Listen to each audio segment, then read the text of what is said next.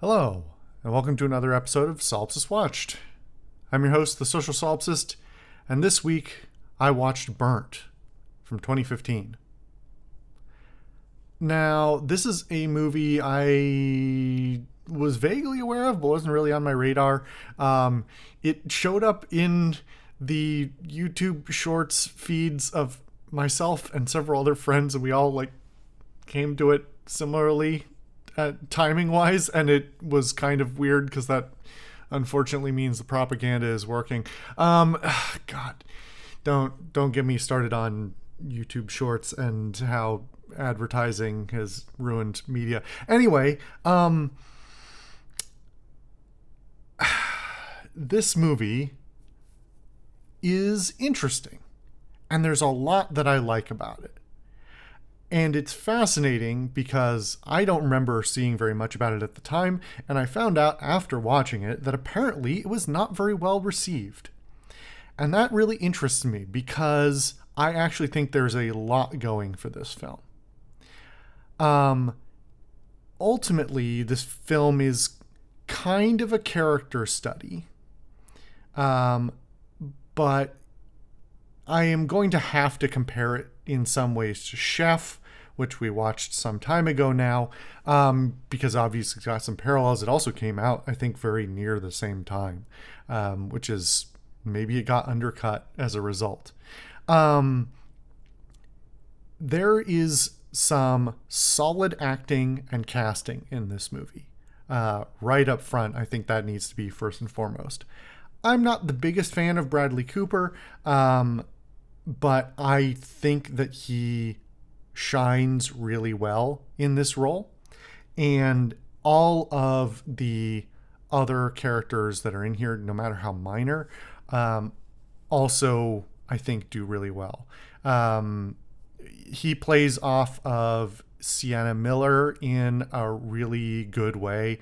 I really enjoyed Omar Sy's character, who I meant to look up. I've seen him in a bunch of things. The last thing I think I saw him in was Lupin, which I adore. And he's just kind of an underrated actor. And all of the other characters in here, I think, were really good. It's a solid ensemble cast, not of necessary. Well, I don't want to say ensemble necessarily. Ensemble tends to refer to a bunch of characters that are all of similar weight in terms of the narrative, and clearly that isn't the case here.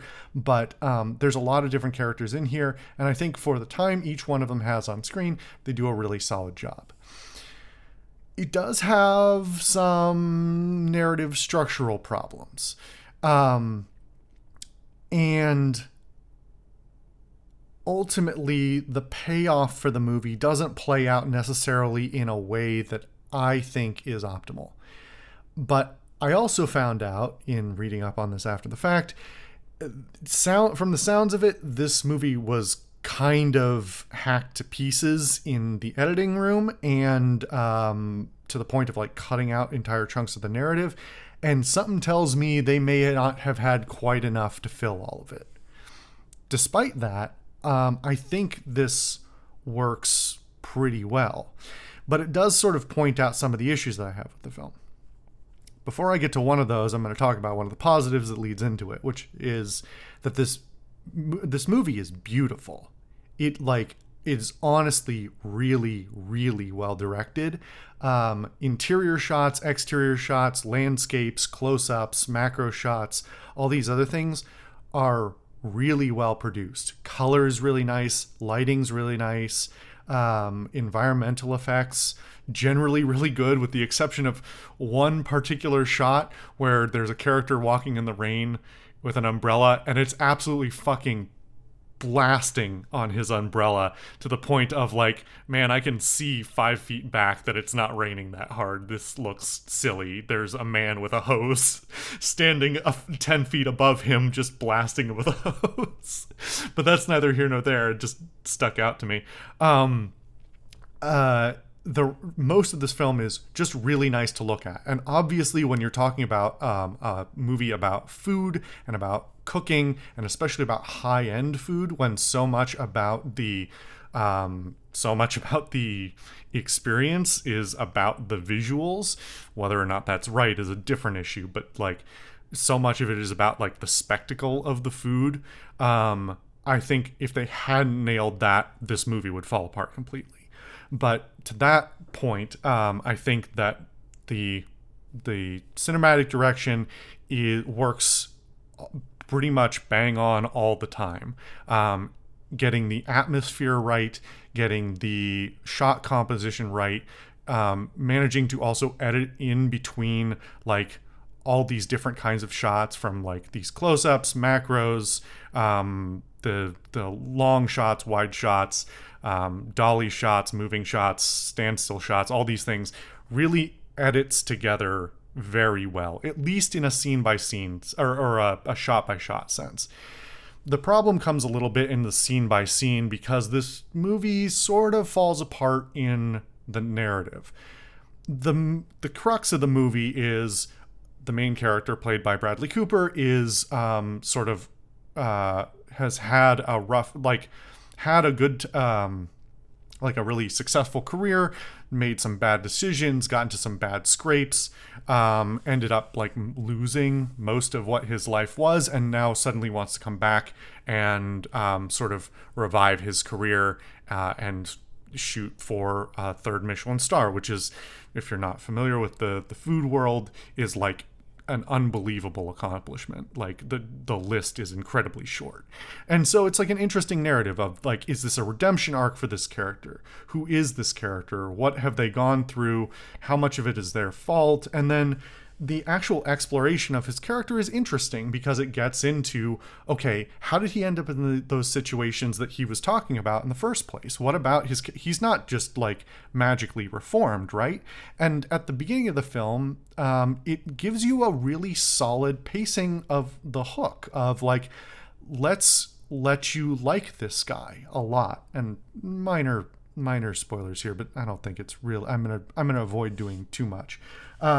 Of like, hey, this character seems really likable, but he says he's got this checkered past.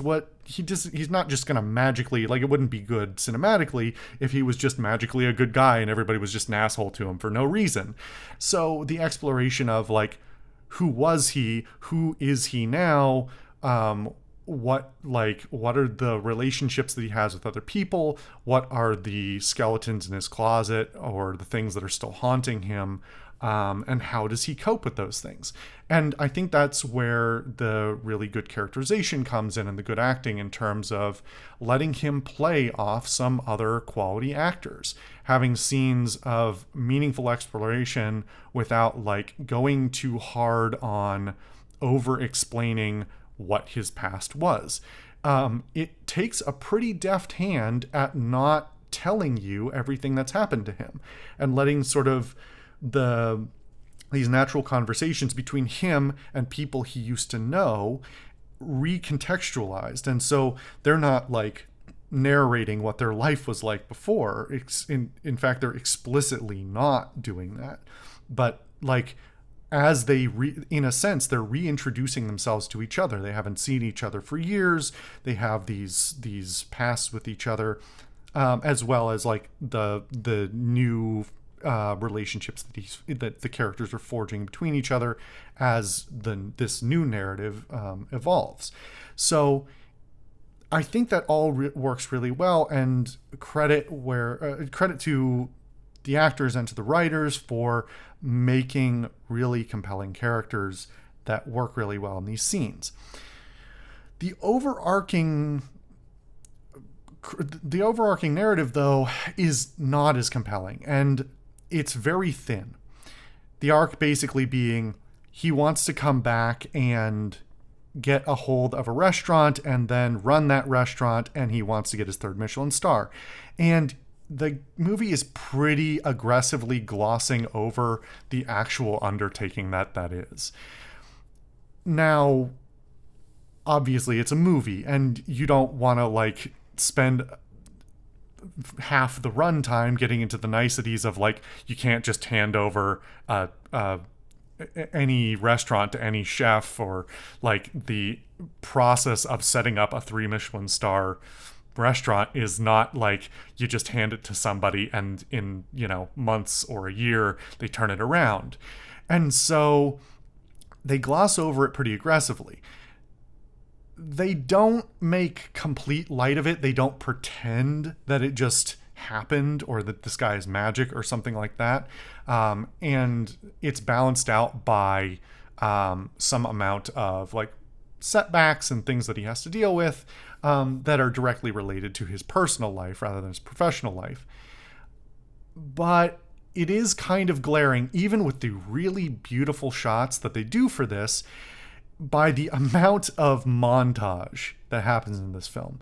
Beautiful, beautiful montages of places, of cooking, of food, of all these other things. But a little like glaring in terms of this montage has been going on for like 3 minutes and it's trying to tell us about these things that happened, but they're not happening on screen. They're sort of happening, further in the background because they're in montage. And I would have loved to have more time seeing those character developments between the main character and these people that he's working with and he's hiring and he's, sort of not always being a great guy to, and all these other things.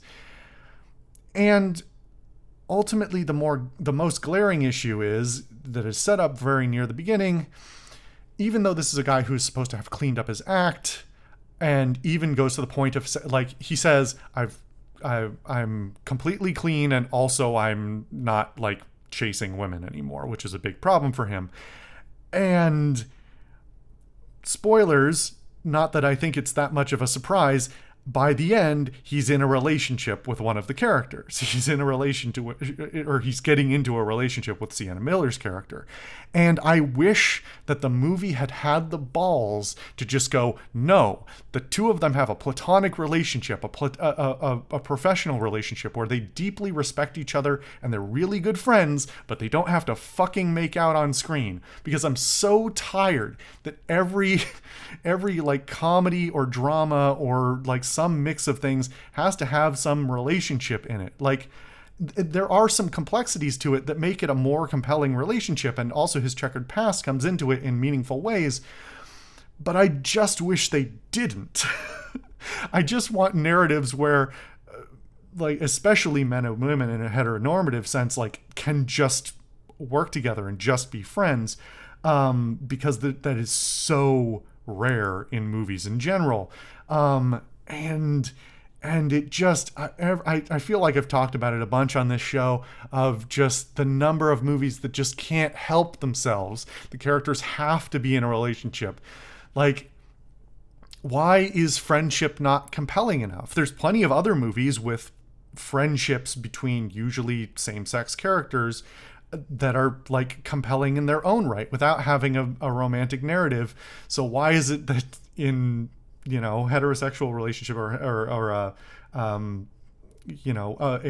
friendship that is male and female heteronormative, it always has to end up as at least a hint of, if not an explicit relationship by the end. I just want that to stop. And like I said, it's not even badly done. It's just the glaring issue of he literally said at the beginning of the film how he wasn't, going after people anymore.